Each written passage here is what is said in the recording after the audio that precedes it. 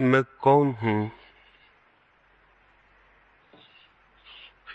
इस संबंध में थोड़ी सी बातें कल मैंने आपसे कही।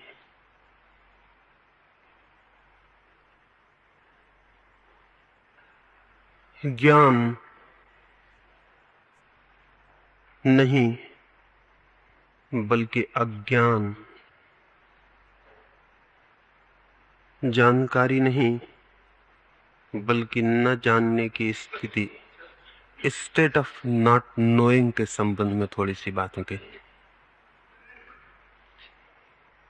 यदि हम उस ज्ञान से मुक्त हो सकें जो बाहर से उपलब्ध होता है, तो संभावना है उस ज्ञान के जन्म की जो उपलब्ध नहीं होता बल्कि आविष्कृत होता है, उघड़ता है, भीतर छिपा है और उसके पर्दे टूट जाते हैं और द्वार खुल जाते हैं। इसलिए मैंने कहा ज्ञान से नहीं बल्कि इस सत्य को जानने से कि मैं नहीं जानता हूं। मैं नहीं जानता हूं,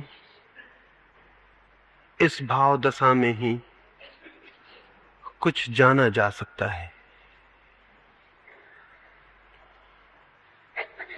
मैं नहीं जानता हूं, ये स्मरण, ये स्मृति जैसे जैसे घनीभूत और तीव्र होगी वैसे वैसे मन मौन होता चला जाता है, निस्तब्ध और निशब्द हो जाता है। क्योंकि सारे शब्द और सारे विचार हमारे जानने के भ्रम से पैदा होते हैं। मैं कौन हूं, ये प्रश्न तो हो, लेकिन कोई भी उत्तर स्वीकार न किया जाए। उस निषेध में, उस नेगेटिव माइंड में, उस मनस्थिति में जो भीतर सोया है वो जागृत होता है। खटखटाएं द्वार को, पूछें कौन हूं, लेकिन किसी उत्तर को स्वीकार न करें। न वे उत्तर जो संसार सिखा देता है और न वे उत्तर जो कि धर्म और अध्यात्म के नाम पर सीख लिए जाते हैं। अगर सीखा हुआ सब भूला जा सके और हम प्राणों के द्वारों को खटखटा सकें, तो जैसा क्राइस्ट का वचन है, knock and the doors shall be opened, खटखटाओ और द्वार खुल जाएंगे। तो मैं आपसे निवेदन करूं, जो खटखटाता है वो पाता है। द्वार बंद ही नहीं थे, द्वार खुले ही हैं। लेकिन वे लोग जो जानने के भ्रम में है, खटखटाने से वंचित रह जाते हैं। वे लोग जो इस भ्रम में है कि हम जानते हैं, वो सारी संवेदनशीलता खो देते हैं जो जानने के लिए अनिवार्य है। ये कल मैंने आपसे कहा। आज की सुबह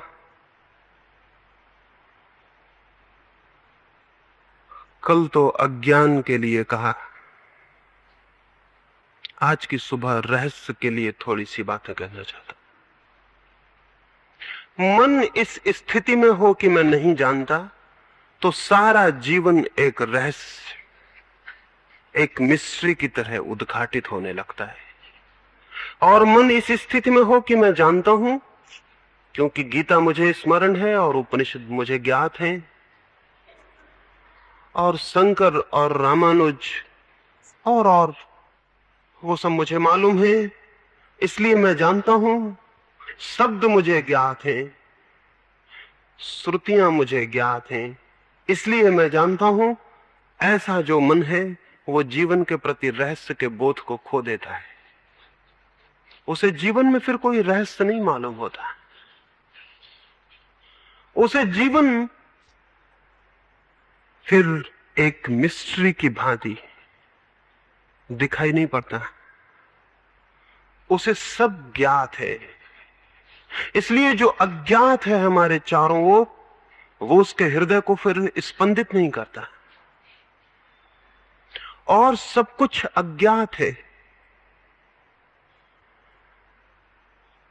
वो बच्चा जो आपके घर में पैदा हुआ है, ज्ञात है आपको। वे आंखें जो आपकी पत्नी की हैं, परिचित हैं उनसे आप। वो मित्र, वो पड़ोसी, या वो पत्थर जो सड़क के किनारे पड़ा है, या वे पौधे जो आपके भवन के पास खिलते हैं, वे फूल या आकाश के तारे या सुबह पक्षियों के गीत, क्या ज्ञात है? किस चीज को हम जानते? सब कुछ अज्ञात है, सब कुछ अज्ञात है।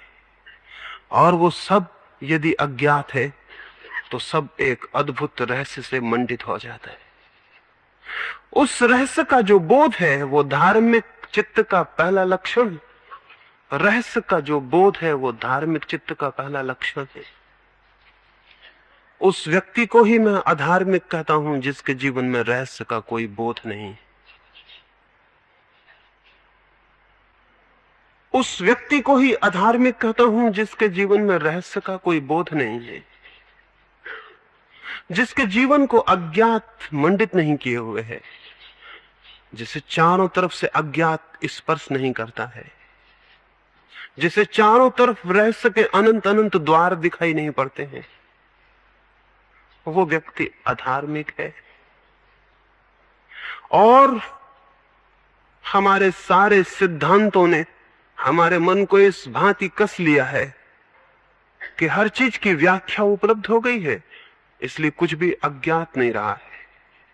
हम सब कुछ जानते हैं। उस शेख चिल्ली का मुझे स्मरण आता है जो किसी गांव में था।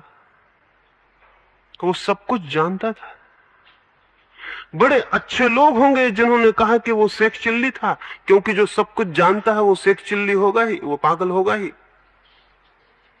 वो सब कुछ जानता था, ऐसी कोई बात ना थी जो उसे ज्ञात ना हो। फिर उस गांव के राजा के भवन में चोरी हो गई। सारी राज्य की शक्ति लग गई चोरी की खोज में, लेकिन चोर का कोई पता नहीं चल सका। कोई सूत्र हाथ में नहीं आते थे कि चोर का पता चल जाए। सारे जासूस थक गए और परेशान हो गए। और तब गांव के लोगों ने कहा कि अब और कोई रास्ता नहीं है, हमारे गांव में एक ज्ञानी है, उससे पूछ लिया जाए। ऐसी तो कोई बात ही नहीं है जो उसे ज्ञात ना हो। उस शेख चिल्ली को राजदूत भेजा गया। वो जैसे विचारक बैठते हैं वैसी मुद्रा में बैठा हुआ था। रोडिन का चित्र देखा होगा आपने, मूर्ति देखी होगी, द थिंकर। या तो शेख चिल्ली को देख के बनाई होगी रोडिन ने, या रोडिन ने वो मूर्ति देख ली होगी इसलिए वो वैसा हाथ लगाया बैठा हो। कुछ ना कुछ दो में से एक हुआ होगा। वो वहां सोच विचार की मुद्रा में बैठा हुआ था। सोच विचार की मुद्रा से ज्यादा बचकानी और चाइल्डिश कोई बात नहीं है। वो राजा का राजदूत गया, उसने कहा कि चोरी हो गई, भवन में पता है। उसने कहा ऐसा क्या है जो मुझे पता ना हो। राजदूत उसे सम्मान से राजमहल ले गए। राजा ने पूछा पता है भवन में चोरी हो गई है, बहुत बहुमूल्य सामान चोरी चले गए हैं, और राज्य के सारे जासूस और खोजबीन करने वाले कोई पता नहीं पा सके हैं। उसने कहा क्या है जो मुझे ज्ञात ना हो। राजा प्रसन्न हुआ। उसने कहा फिर बताओ किसने चोरी की है। उस शेख चिल्ली ने कहा एकांत में बताऊंगा, अकेले में। द्वार बंद कर लें, क्योंकि खतरा है मैं नाम लूं किसी का और बताऊं फिर कल मैं मुसीबत में पड़ जाऊं। तो द्वार बंद कर लें। द्वार बंद कर लिए गए। राजा अकेला रह गया। फिर भी दीवारें सुन सकती हैं, इस डर से उसने राजा के कान के पास मुंह रखा, जैसे गुरु कान में मंत्र देते हैं ना चुपचाप, कि कोई सुन ना ले, कोई देख ना ले, किसी को पता ना चल जाए। वैसे उस शेख चिल्ली ने कान के पास मुंह रखा और कहा बता दूं, देखिए किसी को बताइएगा तो नहीं, मुझे झंझट में तो नहीं डालिएगा, बता दूं। राजा ने कहा बताओ भी। उसने बहुत धीरे से कान में कहा मालूम होता है किसी चोर ने चोरी की।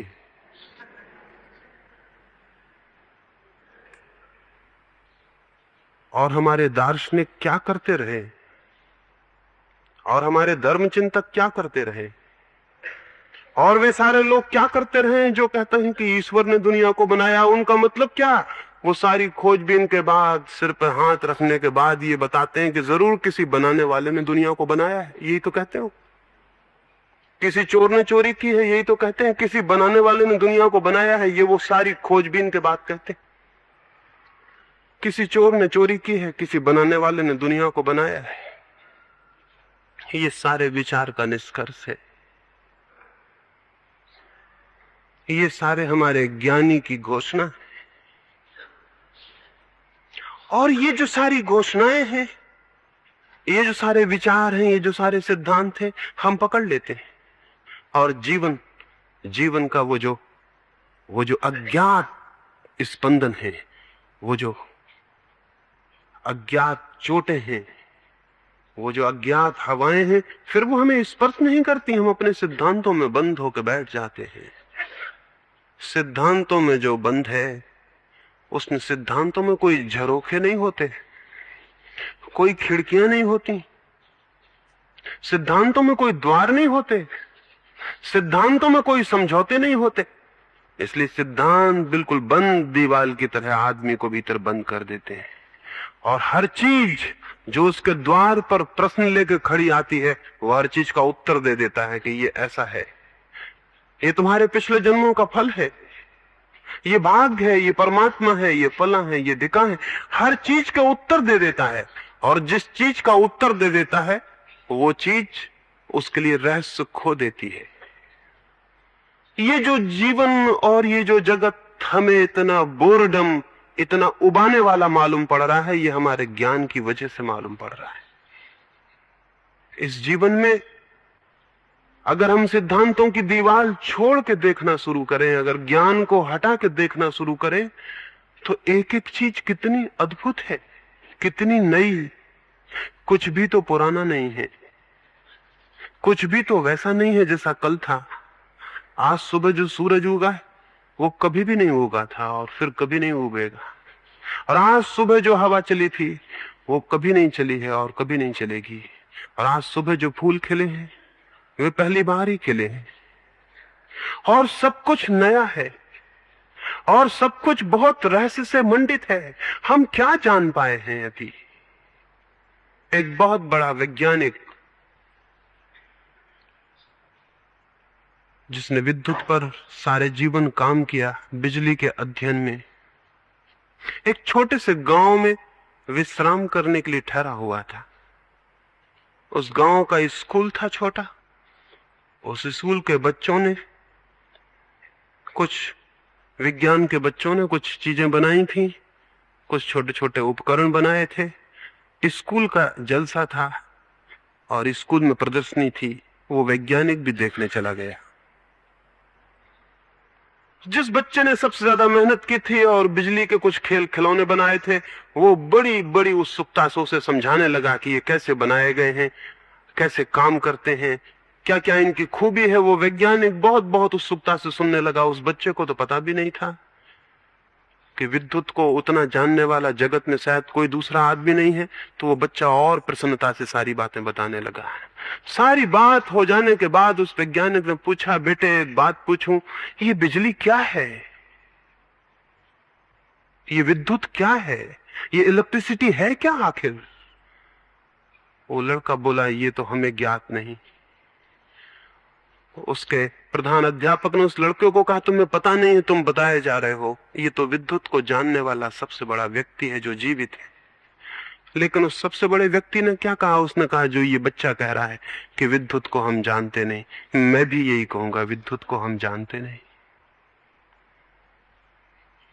हम क्या जानते हैं? ये जो चारों तरफ जीवन है, जो सामने द्वार पर एक पत्ती खिली है, उसको भी हम जानते हैं। एक बीज कैसे अंकुर हो जाता है, उसको हम जानते हैं। एक बीज कैसे फूल बन जाता है, उसको हम जानते हैं। कुछ भी नहीं जानते हैं। आकाश में तारे हैं और जमीन पे पत्थर हैं और फूल हैं और मनुष्य हैं और आंखें हैं। क्या हम जानते हैं? एक गीत का जन्म होता है भीतर, उसे हम जानते हैं। हम कुछ भी नहीं जानते, लेकिन जानने के भ्रम के कारण जीवन का ये रहस्य हमारे प्राणों को आंदोलित नहीं कर पाता है। इसलिए जानने का भ्रम छोड़ दें तो रहस्य का बोध जन्मता है, और जिस जीवन में रहस्य का बोध पैदा हो जाता है उस जीवन में ईश्वर के आगमन की शुरुआत हो जाती है। जिस दिन रहस्य की पदचापें सुनाई पड़े और जिस दिन मन के द्वार पर कोई अज्ञात आके खड़ा हो जाए जिसे हम न जानते हो, और हमारा पूरा हृदय कह सके कि मैं नहीं जानता हूं, और उस अनजान अतिथि का स्वागत कर सके, उस दिन जानना कि धर्म का जीवन में प्रवेश हुआ है। लेकिन हम तो ज्ञान के द्वार बंद किए बैठे हैं, और जो जितना ज्यादा ज्ञान के द्वार बंद किए बैठा है उतना ही बड़ा पंडित है, उतना ही बड़ा ज्ञानी है। तो कल मैंने पहली सीढ़ी की बात कही, अज्ञान का बोध। आज दूसरी बात कहता हूं, रहस्य का जन्म। लेकिन चाहे धर्मशास्त्री हो, थियोलॉजिशियंस हो, चाहे गणितज्ञ हो, चाहे और तरह के शास्त्री हो, चाहे वैज्ञानिक हो, जिनने भी जीवन के रहस्य को नष्ट किया है या ऐसी बातें फैलाई हैं कि उनके जाल में हमें जीवन का बोध, जीवन का अज्ञात नहीं स्पर्श करता है, उन सब ने मनुष्य के जीवन में दुख को गहन किया है, आनंद को छीन किया है, काव्य की संभावनाएं बंद कर दी हैं।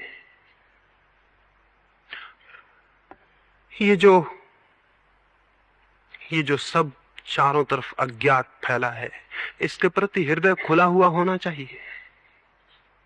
लेकिन ज्ञान हमें रोकता है, और न केवल ज्ञान बल्कि ज्ञान के आधार पर खड़ी की गई शिक्षाएं हमें कठोर करती हैं, पाषाण बनाती हैं, संवेदनशील नहीं। और जो हृदय जितना कठोर और पाषाण हो जाएगा, जितनी कम संवेदनशीलता हो जाएगी, उतना ही रहस्य उसके भीतर प्रवेश नहीं कर सकेगा।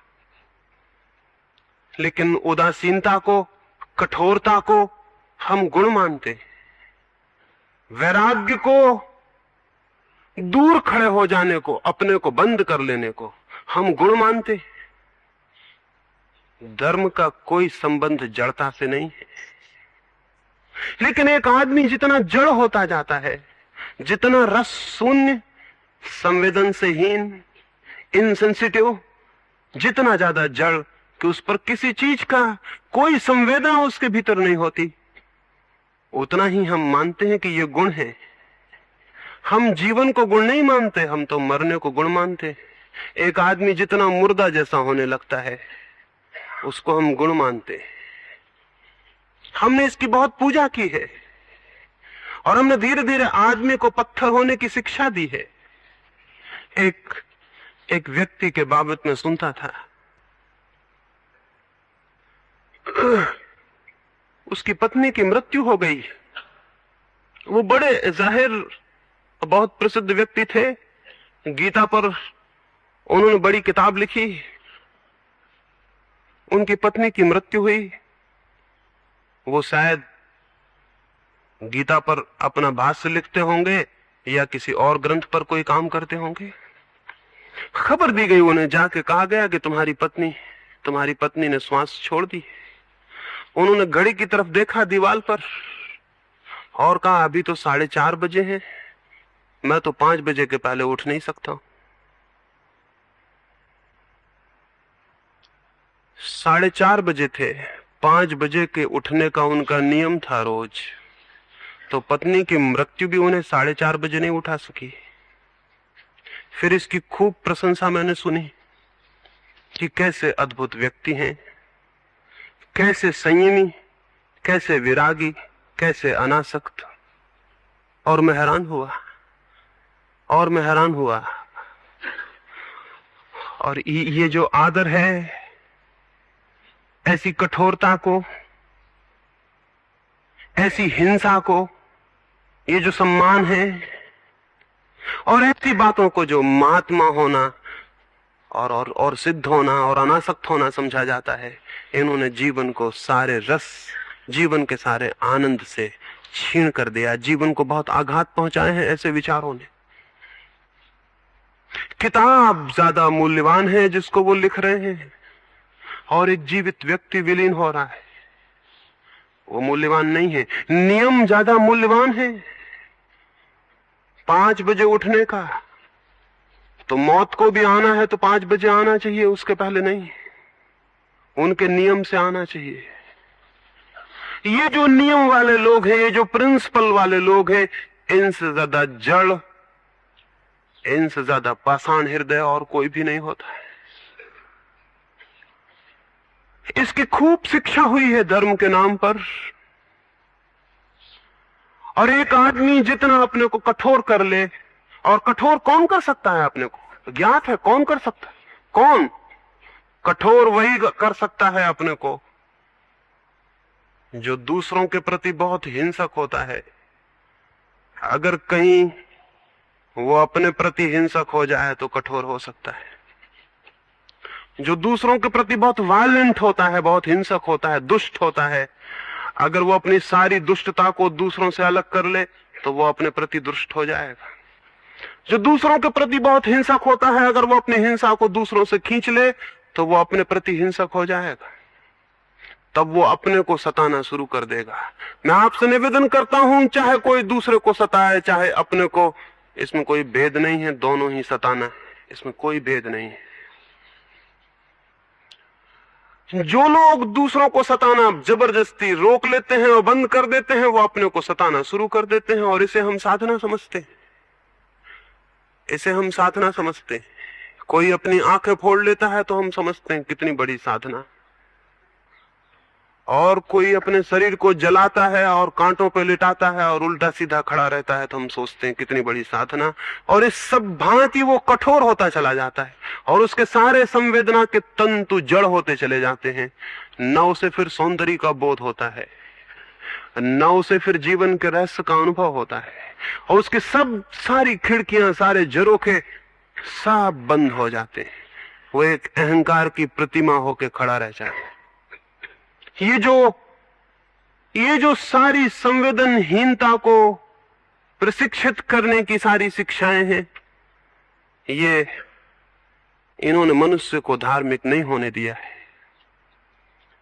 एक साधु के बाबत मैंने सुना, वे कोई 15 वर्ष पहले अपने घर द्वार को छोड़कर, अपनी पत्नी और बच्चों को छोड़ के साधु हो गए थे।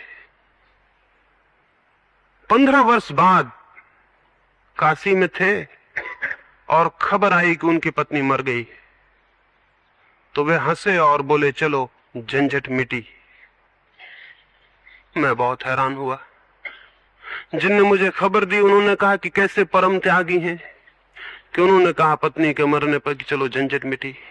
मैंने कहा मैं बहुत हैरान हूं, 15 वर्ष पहले जिसे छोड़ के चले आए थे वो अब भी झंझट थी? क्या अर्थ है इस बात का? वो पत्नी अब भी झंझट थी जो उसके मरने से मिटी, और जो 15 वर्ष छोड़ने से जिसकी झंझट नहीं मिटी थी उसके मरने से क्या मिट जाएगी? 15 वर्ष दूर रहने से जो नहीं मिटी थी अब और क्या फर्क पड़ जाएगा? मैंने कहा, और ये भी स्मरण रखें कि जिस आदमी ने ये कहा हो पत्नी के मरने पर कि मेरी झंझट मिटी, वो आदमी मन ही मन में कई दफे सोचा होगा कि ये मर जाए। निश्चित, इसमें कोई शक नहीं हो सकता, उसने कई बार सोचा होगा कि ये मर जाए, तभी तो मरने से लगा कि झंझट मिटी। ये कठोर, क्रूर और हिंसक हृदय हैं। ये बहुत गहरी हिंसा से भरे हुए हृदय हैं, और ये जीवन के समस्त रहस्य के प्रति जड़ हो जाते हैं। और फिर इनकी परमात्मा की और ब्रह्म की और आत्मा की सारी बातें झूठी और थोथी होती हैं, क्योंकि जहां जीवन में रहस्य नहीं, संवेदना नहीं, जहां जीवन के प्रति सब खुला हुआ हृदय नहीं, वहां कहां परमात्मा प्रवेश करेगा? वहां कहां वे पैर, वे पदचापें सुनाई पड़ेंगी, कहां वो संगीत पैदा होगा। इसलिए मैं निवेदन करता हूं, धर्म को, धार्मिक जीवन को कठोर हृदय लोगों ने, जिन्होंने अपनी सारी कठोरता को अपने ऊपर लौटा लिया है, उन सारे लोगों ने धर्म को नुकसान पहुंचाया है। उन्होंने धर्म के जन्म को ही रोक दिया है, अवरुद्ध कर दिया, कुंठित कर दिया है। इसलिए मैं कहता हूं, वे लोग नहीं जो कांटों पर लेटे हैं, वे लोग नहीं जो लंबे उपवास करके मरने के आयोजन कर रहे हैं, वे लोग नहीं जो धूप शीत जबरदस्ती सह के शरीर को कष्ट दे रहे हों, वे लोग नहीं जो अपने ही शत्रु होकर खड़े हो गए हैं। उन लोगों ने नहीं जाना है, नहीं जान सकते हैं, नहीं जान सकते हैं उसको जो परमात्मा है।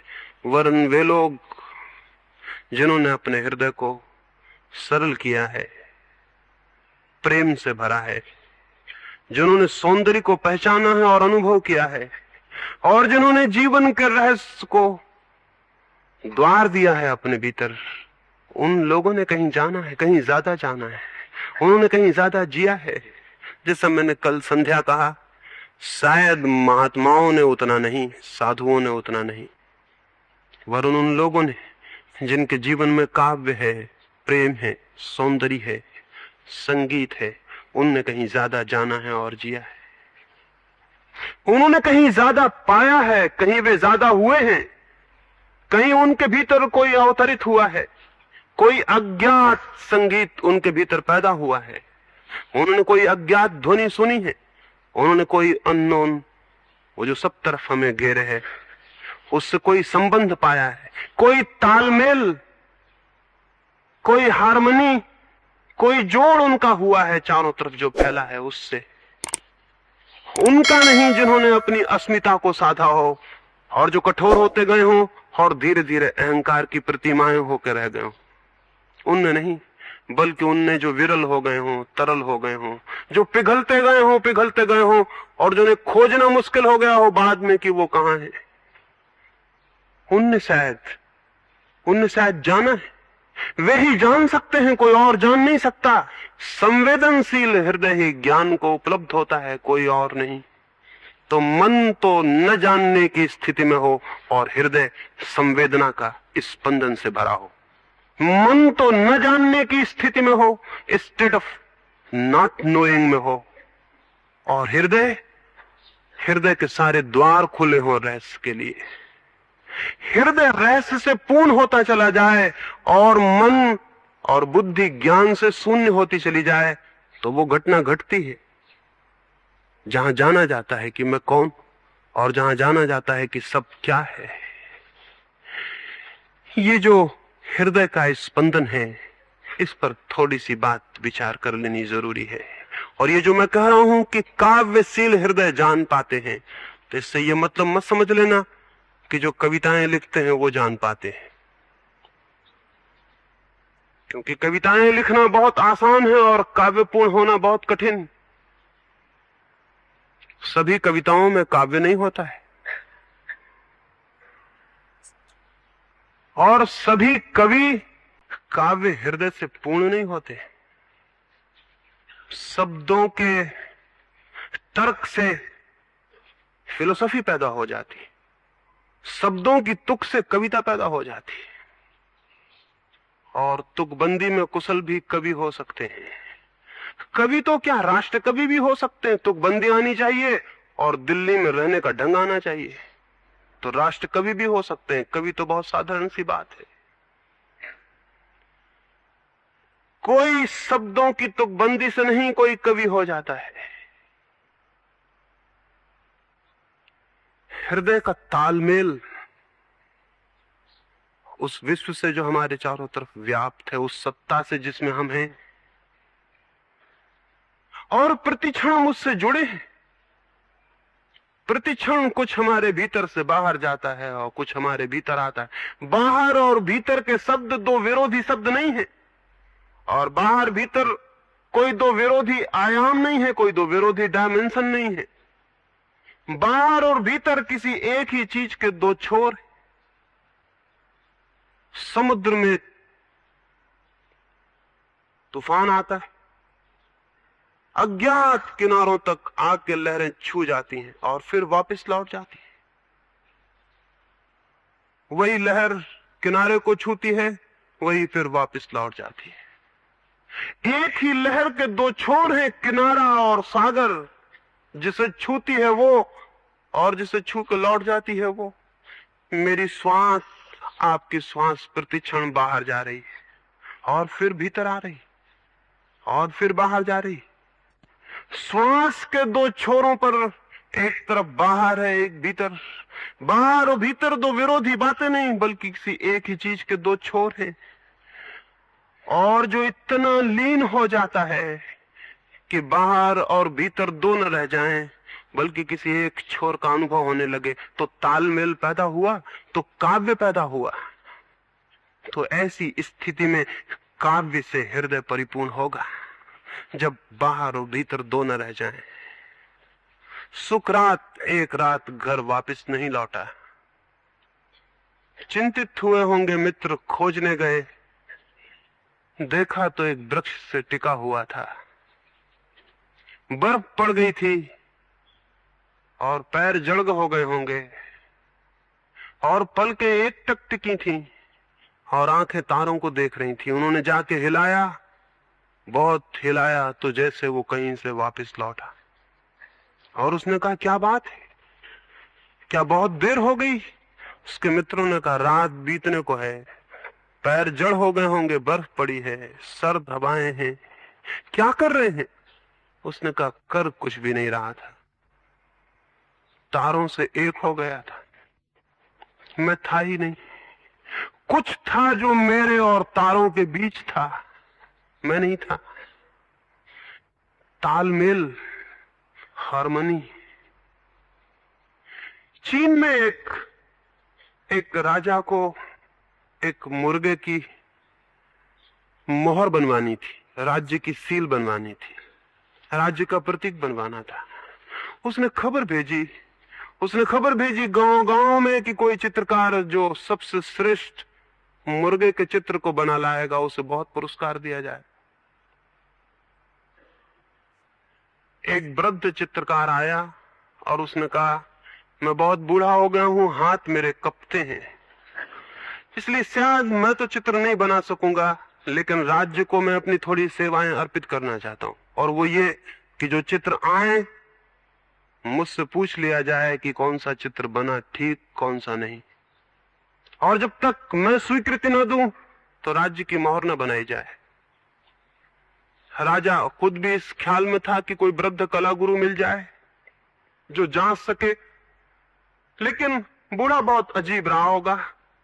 जो भी चित्र आए, सुंदर से सुंदर, वो एक बंद कमरे में जाता और लौटता और कहता कि नहीं, अभी चित्र बना नहीं, वापस भिजवा देता। वर्ष बीता, 2 वर्ष बीता, राजा घबराया। उसने कहा, कोई चित्र कभी स्वीकार करोगे या नहीं? श्रेष्ठ और सुंदर चित्र आए हैं, आखिर अस्वीकार करने का मापदंड क्या है? कैसे जानते हो कि ये ठीक नहीं है? उसने कहा कि आओ। वो अपने कमरे में ले गया और उसने राजा से कहा कि चित्रों को मैं यहां रखता हूं और एक मुर्गे को कमरे के भीतर लाता हूं। अगर वो मुर्गा उस चित्र को पहचान लेता है, उस चित्र में बने मुर्गे को, तो मैं समझूंगा कि हाँ, चित्र बना। और अगर मुर्गा बिना उसे देखे कमरे में घूमता रहता है और निकल जाता है, तो मैं समझता हूं कि नहीं बना। जिसने बनाया है उसने दूर से बनाया, उससे मुर्गे का कोई तालमेल नहीं। राजा बहुत हैरान हुआ कि मैंने कभी कल्पना भी न की थी कि मुर्गों के द्वारा परीक्षा करवाई जा रही होगी चित्रों की, और मुर्गे क्या समझेंगे। लेकिन उस चित्रकार ने कहा कि जिस दिन बनेगा मुर्गे का चित्र, उस दिन मुर्गा नहीं समझेगा तो कौन समझेगा? बाहर आके मुर्गा ठिठक के खड़ा हो जाएगा, लड़ने को तैयार हो जाएगा, आवाज दे देगा, दूसरा मुर्गा भीतर होगा। लेकिन चित्र अगर मुर्दे हैं तो मुर्गे नहीं पहचानेंगे, वो निकलेंगे, घूम के निकल जाएंगे। कोई आदमी पहचान सकता है कि मुर्गे का है, लेकिन जब मुर्गा पहचान ले तो कोई बात हुई। लेकिन नहीं, कोई ऐसा चित्र नहीं आ सका। जिन्होंने बनाया था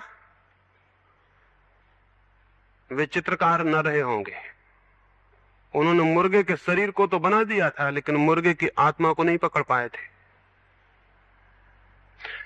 शरीर को तो बना देना बहुत सरल है, आत्मा को, लेकिन आत्मा को तो वो ही पकड़ सकता है जो आत्मा के साथ एक हो जाए। आखिर उस बूढ़े ने कहा कि नहीं, ये नहीं होगा, मुझे खुद ही बनाना पड़ेगा।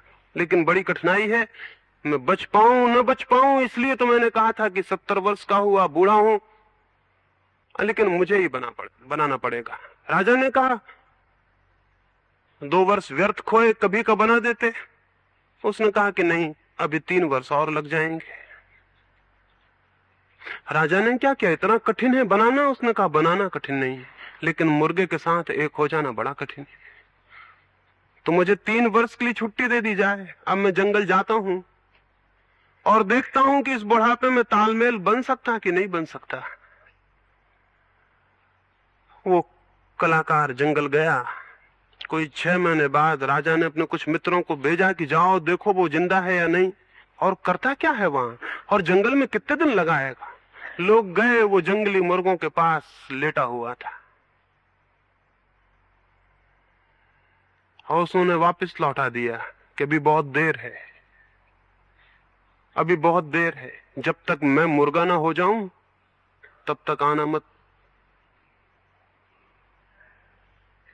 लौट के उन्होंने कहा कि पागल है मालूम होता वो बूढ़ा, वो कहता जब तक मैं मुर्गा ना हो जाऊं वो मुर्गा हो जाएगा, तो मुर्गा बनाएगा कौन? मुर्गे तो वैसे ही बहुत। लेकिन 3 वर्ष प्रतीक्षा करनी पड़ी और 3 वर्ष बाद लोग उसे पकड़ के लाए। वो आया तो उसने आके राज दरबार में जोर से मुर्गे की बांग दी। सारे दरबारी हैरान हो गए और उन्होंने कहा कि ये तो ठीक है कि आप बांग देना सीखा है, लेकिन चित्र कहां है?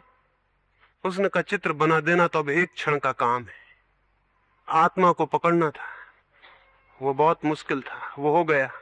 मैंने मुर्गे को भीतर से जाना और तब उसने तूलिकाएं बुलाई और वहीं खड़े खड़े चित्र बना दिया।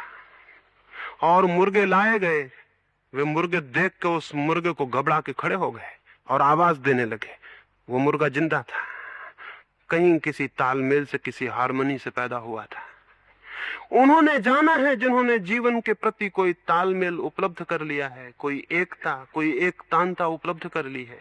लेकिन वो व्यक्ति जो अपने हृदय को कठोर कर लेता है और सारे संवेदना के द्वार बंद कर लेता है, वो कैसे एक हो पाएगा? नहीं हो पाएगा, नहीं हो पाएगा। कोई रास्ता नहीं है उसके एक हो जाने का। इसलिए वो धर्म जो तोड़ता हो जीवन के रस से, जो तोड़ता हो जीवन के रहस्य से, जो तोड़ता हो जीवन के आंसुओं से और जीवन की मुस्कुराहटों से, जो कठोर करता हो और पाषाण बनाता हो, वो धर्म नहीं है, वो केवल अहंकार की पूजा है। और व्यक्ति जितना कठोर होता जाता है उतनी उसकी अस्मिता गहरी और घनी होती जाती है। अहंकार की पूजा धर्म नहीं है। एक साधु मरा, उसके शिष्य के बाबत बड़ी ख्याति थी, बड़ी ख्याति थी। लेकिन साधु मरा, गुरु मरा, तो वो जो शिष्य था जिसकी बड़ी ख्याति थी, वो तो रोने लगा, उसकी आंख से आंसू गिरने लगे। तो लोगों ने कहा ये क्या करते हो, रोते हो? और तुम तो कहते थे आत्मा अमर है और शरीर मर जाता है और रोते हो। तो उसने कहा मैं शरीर के लिए ही रोता हूं। कितना सुंदर था, कितना अद्भुत था, कितना रहस्यपूर्ण था। आत्मा के लिए रोता भी नहीं, मैं शरीर के लिए ही रोता हूं। उसके मित्रों ने कहा तुम रोते हो, यही देख के हमें हैरानी होती है, क्योंकि हम तो सोचते हैं कि जिनकी आंखों में आंसू ना आ सके और जिनके चेहरों पर मुस्कुराहट ना आ सके, वही लोग सन्यासी हैं, वही लोग साधु। उस व्यक्ति ने कहा कभी मैं भी वैसा ही सोचता था।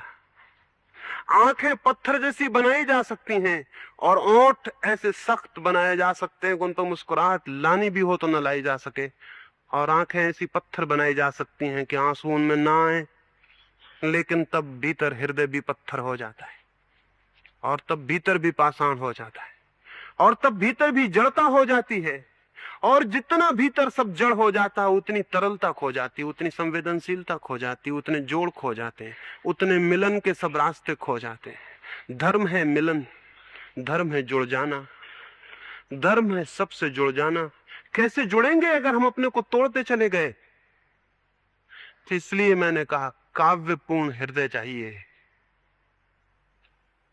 काव्यपूर्ण हृदय चाहिए, गीत से भरा हुआ, संवेदनशील जीवन जो चारों तरफ फैला है, उसकी प्रत्येक संवेदना को अनुभव करता हुआ।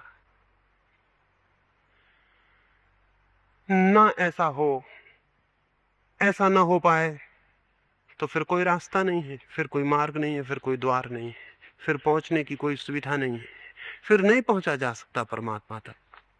बैठ के राम राम जपने से कोई नहीं पहुंचता है, और न मंत्रों के पाठ से, और न मंदिरों की पूजा से। क्योंकि हम तो देखते हैं कि मंदिरों में जाने वाले और भी जड़ हो जाते हैं। आखिर मंदिरों में जाने वाले लोगों ने क्या नहीं किया है दुनिया में? कितनी हिंसा उनके नाम पर है।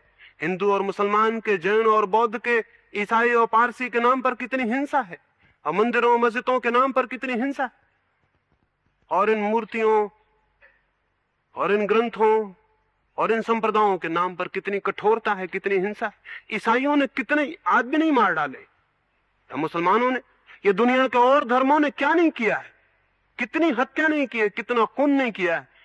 ये कैसे संभव हुआ है? ये कठोरता कैसे संभव हुई है? ये उसी कठोर पाषाण हृदय की शिक्षा से संभव हुआ है। वो हृदय जो संवेदनशील हो गए हैं, संवेदनहीन हो गए हैं, जिन्होंने संवेदना खो दी है, उनकी मूर्तियां खतरनाक हो जाएंगी, उनके मंदिर खतरनाक हो जाएंगे। एक रात जापान के किसी मंदिर में एक युवक साधु आके ठहरा। रात थी बहुत सर्द, बहुत ठंडी। वो मंदिर में गया, लकड़ी की मूर्तियां थी, बुद्ध की एक मूर्ति उठा लाया और आग लगा के सेकने लगा, तापने लगा। मंदिर में आग लगी, लकड़ियां चिटकी होंगी मूर्ति की। पुजारी जागा होगा, भागा हुआ आया, देखा तो वेदी पर 3 प्रतिमाएं थीं, 2 ही बची हैं। घबरा गया, आके देखा तो प्रतिमा तो जल चुकी है। वो साधु बैठ के ताप रहा है। पुजारी सोच सकते हैं किस हालत में नहीं आ गया होगा। उसने उस साधु की गर्दन पकड़ लिया और कहा, पागल ये क्या किया, भगवान को जला डाला? वो साधु बोला, भगवान? एक छोटी सी लकड़ी उठा के वो राख को कुरेदने लगा। उस पुजारी ने पूछा, क्या करते हो? उसने कहा, भगवान की अस्थियां खोजता हूं। वो पुजारी ने गर्दन छोड़ दी और कहा, मैं तो समझ ही गया कि तुम पागल हो। एक तो मूर्ति जला डाली, और अब दूसरा पागलपन ये करते हो कि अस्थियां खोजते हो। लकड़ी की मूर्ति में अस्थियां कहां? तो साधु ने कहा, मित्र, रात अभी बहुत बाकी है और सर्दी भी बहुत है, मूर्तियां 2 और रखी हैं, एक और उठा लाओ। लेकिन पुजारी ने तो धक्के देके उस आदमी को बाहर निकाल दिया। और सुबह गांव के लोगों ने क्या देखा? वो आदमी सड़क के किनारे पत्थर को रख के उसकी पूजा कर रहा था। तो लोगों ने कहा, बड़े पागल मालूम होते हो, भगवान की मूर्ति जला दी और पत्थर की पूजा करते हो। उस आदमी ने कहा, जहां भी देखता हूं भगवान को ही देखता हूं, और जो आंखें मंदिर की मूर्ति में ही भगवान को देखती हैं, वे आंखें सारे संसार में कैसे भगवान को देख सकेंगी? और जो लकड़ी की मूर्ति थी उसमें भी भगवान था, तो जो आंख की लपटें थी उनमें भी भगवान था, और ये जो गरीब साधु आंख ताप रहा था, इसमें भी भगवान ही था। इस पत्थर में भी भगवान है। ऐसे पूजा 24 घंटे चल रही है।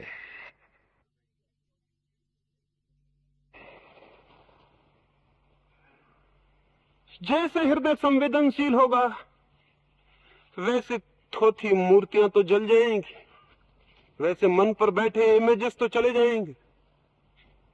क्योंकि सभी मूर्तियां संकुचित करती हैं और संकीर्ण करती हैं और रोकती हैं, आबद्ध करती हैं, लेकिन किसी विराट अमूर्त भगवान का धीरे धीरे स्मरण और बोध शुरू होगा और उसकी पूजा श्वास श्वास से चलनी शुरू हो जाएगी और रास्ते पर भौंकते कुत्ते में भी वो दिखाई पड़ेगा, आकाश के तारों में भी।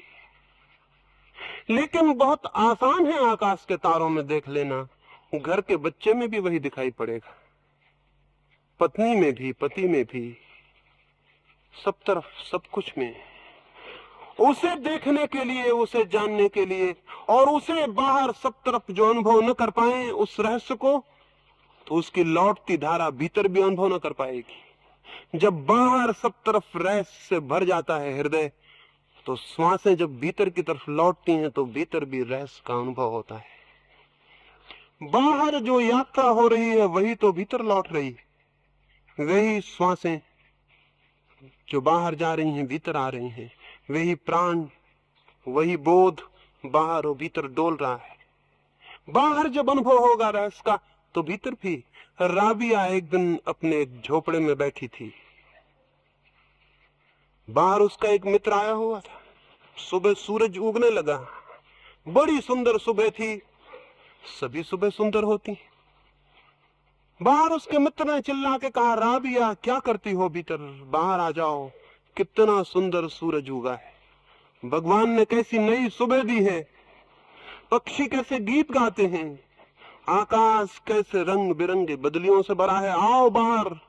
राबिया ने कहा, हसन मैं तो बाहर भी रही हूं, मैंने भी सूरज उगते देखा, मैंने भी बादल चलते देखे, लेकिन क्या तुम भीतर आओगे?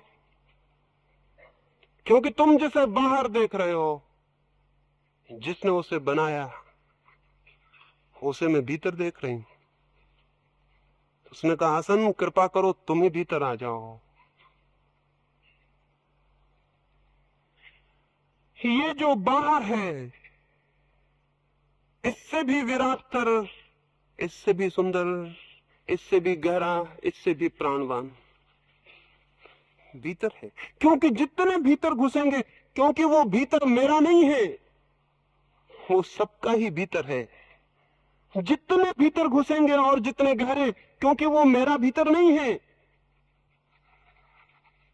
सबका ही भीतर है। जैसे जैसे हम केंद्र की तरफ और गहरे जाएंगे, वैसे वैसे और विराट और रहस्य और सूक्ष्म के दर्शन होने शुरू हो जाएंगे। वैसे वैसे और अज्ञात और अज्ञात हमें छूने और स्पर्श करने लगेगा। बाहर देखें, लेकिन सरल है कि बाहर से शुरू करें, सरल है कि बाहर से शुरू करें, सहज है कि बाहर से शुरू होने दें। कभी कोई सुंदर चेहरा देखा है? कहेंगे कि जरूर देखा है, और मैं निवेदन करूंगा कि नहीं देखा होगा। सुंदर चेहरे को देखने के लिए जैसे रहस्यपूर्ण हृदय चाहिए वो है। सुंदर आंखें देखी हैं? कभी कोई मौन आंखें देखी हैं? कभी कुछ सुंदर देखा है? अगर देखा होता तो यहां कैसे आते? यहां आने की क्या जरूरत थी? यहां आने का क्या प्रयोजन था? यहां घंटे भर इस बंद भवन में बैठने का कौन सा कारण था? बाहर सुंदर मौजूद है, सूरज आज भी निकला है, किरणें आज भी फैल रही हैं, पत्ते आज भी हंसते होंगे, फूल आज भी खिले होंगे, पक्षी आज भी गीत गाए होंगे, बाहर सब मौजूद है, यहाँ बैठने का क्या कारण था? मैं तो उस दिन की रोज रोज प्रतीक्षा करता हूँ जिस दिन मैं आऊं और पाऊं कि भवन खाली है और कोई भी नहीं आया, क्योंकि बाहर सूरज है, बाहर तारे हैं, वहां लोग हैं। तो उस दिन खुश हो जाए मन, आनंद से भर जाऊं। कोई भी अब नहीं आता सुनने, क्योंकि बाहर लोग देखने में तल्लीन हैं, होने में, जानने में। लेकिन हम तो शब्दों में जीते हैं, शब्दों को पकड़ते हैं और शब्दों से भर लेते हैं, और शब्दों से भरा हुआ हृदय सब संवेदना खो देता है। शब्द से खाली हो, सौंदर्य से भरे, ज्ञान से खाली हो और रहस्य से भरे, और ज्ञात को छोड़े और अज्ञात को आने दे।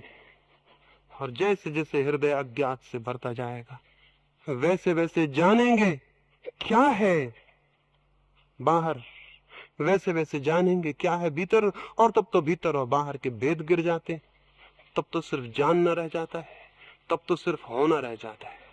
उस होने में ही उसका बोध है।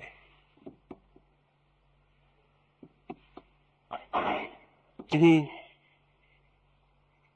उस बस हो जाने में ही उसका अनुभव है। मैं कौन हूं उसका वहां उत्तर है, लेकिन वो इसका उत्तर नहीं होगा कि मैं कौन, वो इसका भी उत्तर होगा कि सब क्या है। जिस दिन मैं अपने इस भीतर छुपे हुए रहस्य को जानने में समर्थ हो जाऊं, मैं सबके भीतर उस रहस्य को जानने में समर्थ हो जाता हूं। तो खटखटाएं, पूछें, भीतर भीतर से भीतर उठने दें इस प्रश्न को, और किसी उत्तर को ना पकड़ें, और देखें बाहर, आंखें खोलें और पहचानें बाहर अज्ञात को, और किसी उत्तर को बीच में ना आने दें, किसी व्याख्या को बीच में ना आने दें। तो मैंने कल और आज दो बातें कही हैं। पूछें मैं कौन हूं, और किसी सीखे हुए उत्तर को बीच में ना आने दें, और देखें बाहर की क्या है, और किसी व्याख्या को, किसी सिद्धांत को बीच में ना आने दें। तो बाहर रहस्य का बोध होगा और भीतर भी। और जब दोनों के बीच तालमेल होगा, दोनों के बीच हारमोनी होगी, संगीत होगा, संवाद होगा, तो उसका जन्म होता है जिसे मैं ज्ञान कहूं। तो उसके द्वार खुलते हैं जो ज्ञान है, और साथ ही उसके भी द्वार खुल जाते हैं जो प्रेम है। क्योंकि रहस्य प्रेम को जन्म दे देता है, और उसके भी द्वार खुल जाते हैं जो आनंद है। क्योंकि आनंद प्रेम की सुगंध के अतिरिक्त और कुछ भी नहीं। लेकिन जो कठोर हैं वे अभागे हैं, और जो सब भांति कठोर होते चले जाते हैं, तथा कथित साधक जो सब भांति कठोर होते चले जाते हैं और अपने को रोकते चले जाते हैं, वे जड़ हो जाते हैं और पत्थर हो जाते हैं। जरूर वे ये घोषणाएं कर सकते हैं, अहम ब्रह्मास्मि, मैं ब्रह्म हूं और फला और डिका, लेकिन वे जान नहीं सकते। क्योंकि वे जानते तो ब्रह्म बच रहता और मैं खो जाता। क्योंकि वे जानते तो वे कहते ब्रह्म है और मैं नहीं हूं, लेकिन वे कहते मैं ब्रह्म हूं। वे जानते तो वे कहते कि ब्रह्म है और मैं नहीं। और इस होने में ही सारी कृतार्थता और धन्यता छिपी है। ये थोड़ी सी बातें आज कहीं, कुछ ख्याल में आएगा तो कल कुछ और इस संबंध में कहूंगा। शायद थोड़ी सी बातें कहने जैसी और हों, लेकिन कहने का तो कोई बहुत मूल्य नहीं है। सुनने का मूल्य है। मेरा काम तो मैं पूरा कर देता हूं कहने का, पता नहीं आप सुनते हैं या नहीं सुनते, वो आपकी तरफ है। थोड़ी सी बातें कल और कहूंगा। प्रेम से मेरी बातों को सुना है। परमात्मा करे इतने ही प्रेम से परमात्मा को सुन सकें। प्रेम से इतनी देर, इतने क्षण यहां बैठे हैं, परमात्मा करे इतनी देर कभी चांद के नीचे, तारों के नीचे बैठ सके। वहां कुछ है, निश्चित ही वहां कुछ है। और अगर भीतर थोड़ी भी स्फुरना होगी तो वहां कुछ मिलेगा, वहां कुछ उपलब्ध होगा। और जब वहां कुछ दिखेगा और मिलेगा तो लौटती धारा में भीतर भी कुछ पाया जाएगा, भीतर भी कुछ उपलब्ध होगा। सबके भीतर बैठे परमात्मा को प्रणाम करता हूं। मेरे प्रणाम स्वीकार करें।